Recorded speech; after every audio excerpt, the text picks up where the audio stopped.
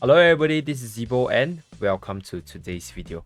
So I haven't been doing a guide video for a while and I have seen a lot of newcomers to the game asking me which dungeons to farm, which dungeon is best for them, what's the purpose of the different dungeons. So in today's video, I'm going to do a dungeon guide to let you guys know which dungeon is the best for you in the different stages of the game.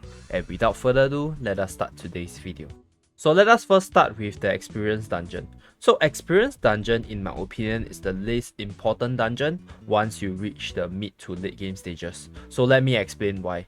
Number one, experience is the currency you use to level up your characters. So after most of the important characters that you want to train reach their maximum level, aka max limit break level, you won't really need the additional sources of EXP in order to level up your characters. So if you have additional resources, in terms of experience, you can use it to level up all your characters to level 60 in order to get the book collection gems.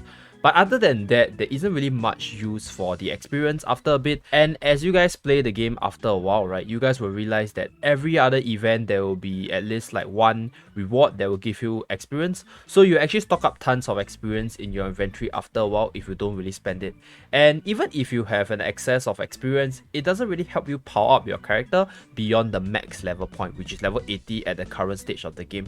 So initially, at the start, when you first start off the game, yes, experience dungeon will be one of the highest priority, simply because you want to be able to level up all your characters, the ones in your team at least, to the maximum level, so you can progress through the PvE story modes as soon as possible. So once you reach the 4 unit max limit break level cap, I think experience will drop tremendously in terms of value, and that's why I put experience dungeon the lowest in terms of priority after a bit, because they only serve their purpose when you first start off the game to boost your progression within the story mode. And the next dungeon is the Mirror Rift dungeon. So Mirror Rift dungeon is a controversial dungeon to most people, but in my honest opinion, if you are someone that wants to play arena and you want to have a huge pool of heroes to play with within the Masters arena, then Mirror Rift dungeon is definitely important. So why is it so? Because when you first start off the arena match, you only need 3 good accessories in order to get you through. So usually people will have pocket watch, black crown ring, or even once in a while, if you're lucky in terms of your gachas, you might get earth necklaces or even ice queen ring that is not max limit break. But that is a minority for most cases, because not everybody is going to be that lucky, and you need a decent accessory that provides you with the stats and is easy to max limit break in order to reach maximum potential. So for mirror accessory, I feel that it will always have a place if you're someone who wants to play at the highest level, at least in terms of Masters Arena, because you will need multiple copies of max limit break accessories across different heroes in order to have a sliver of chance of flexibility within this game mode. And personally, I feel that if you are not an arena player, then Mirror Rift accessory might not be that important, because there are other accessories that effectively boost your damage output, such as Pocket Watch, such as Sharpshooter, and they're way easier to get, because they're unique accessories. So Mirror Rift dungeons are valuable if you're somebody that values your Mirror Rift accessories, because the Mirror Rift shards that you get, it's not very valuable, because the good stuff that we can get, they are pretty expensive and you need to farm a while in order to get multiple copies. However, I know of a free-to-play arena player that has been actively storing Mirror Rift accessories within his inventory and then choosing the best one in order to min-max out for arena. So if you are really hardcore about arena, right, I think Mirror Rift accessory will still be your go-to if you are free-to-play, because with that, you can actually effectively farm out multiple copies of accessories and then choose the best stats out of it in order to have the maximum stats potential. And we have our third dungeon, which is the Hero Evolution dungeon. So Evolution dungeon is a dungeon that will always have its demand, because you will never get enough shards to max limit break every characters you want.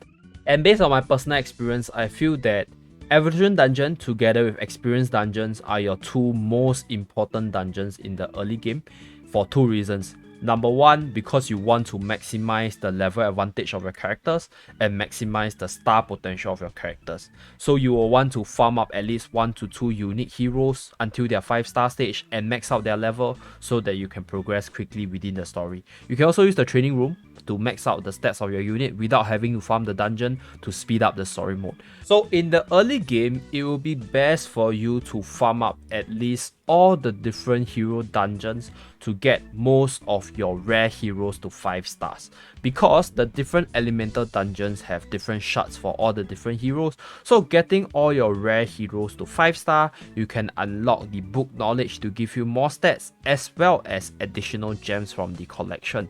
But after you get at least, all the different heroes to 5 star in terms of rare units, then you have a choice whether or not you want to continue to farm the evolution dungeon to max out more unique characters, or switch over to other dungeons to farm other resources.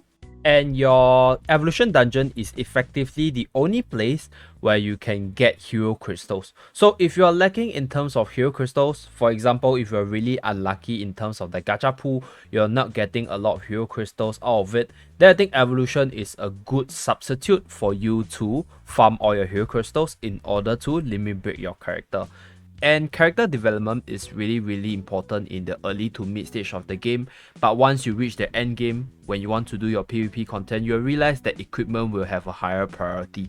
So the priority for the evolution dungeon will be super high, similar to experience dungeon, and it will fall off eventually once you reach the late game, or stay constant depending on what you want to look out for in the game. Now the next dungeon is the Awakening dungeon. I don't think I need to speak too much for it, just do your 3 times daily, and if you need more Awakening stone, then just do resets accordingly. This dungeon is a must to farm on a daily basis, so do not skip on that. And moving forward, we have our last 2 dungeons on the list, which are your gold dungeon as well as your item dungeon. So initially, the 2 dungeons serve very different purposes. However, with the introduction of Camazon Land, you have another avenue of obtaining equipment hammers in order to level up your equipment. So this has changed the whole outlook of these 2 dungeons as a whole on how you can interpret it to maximize your potential. So I'm just going to talk about it so you guys can understand what I mean. For the item dungeon, you can get hammers, equipments, gold as well as experience. So the hammers, in the past, people will tell you to farm your item dungeons because there was no Camazon Land. So the hammers that you can get from the item dungeon can be sold for gold in order to get the same purpose as your gold dungeon. So last time when we are comparing between gold dungeon as well as item dungeon, item dungeon will always be more valuable because in item dungeon you have a higher drop rate for equipment and you get more hammers which you can use to upgrade your equipment or sell it for gold, which will give you the same effect as farming the gold dungeon. However, with the introduction of the Camazon Land, you have an effective way of consistently getting level 25 equipment hammers, so the value of farming item dungeon has dropped tremendously. That is because the Camazon provided us with a consistent way of getting high level equipment hammers, and that is more consistent compared to the item dungeons, which could give you level 10 hammers or level 15 hammers.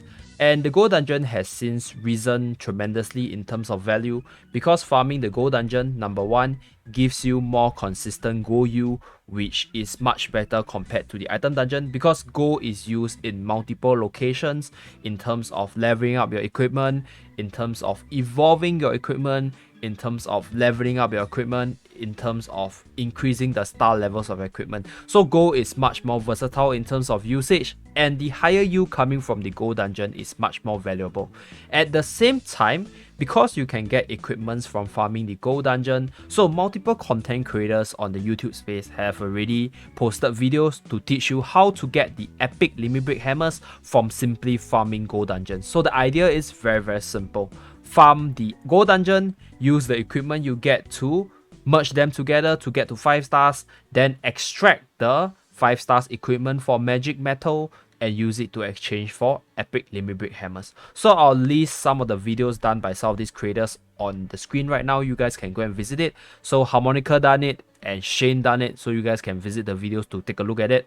And I will also do my own experiment in order to debunk the speed of farming a epic limit break hammer from the gold dungeon itself, so stay tuned for that. And moving back to which of these 2 dungeons is more important, I'll say that now gold dungeon is of higher priority compared to the hammer dungeon. However, if you're a beginner at the early game, do go to the hammer dungeon to farm up your hammers, to upgrade your equipments first, so you can progress through the story much faster.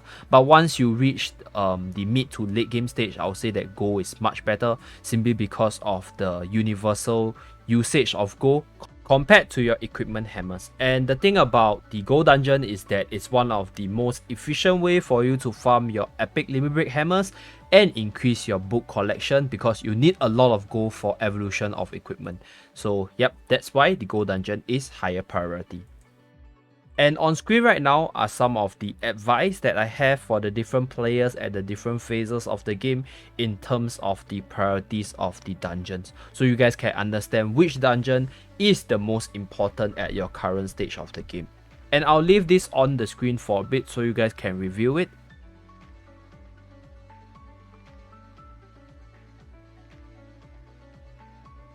And that's it for this video. I hope that this beginner's guide video, or rather dungeon guide video, is helpful for anyone out there watching my video.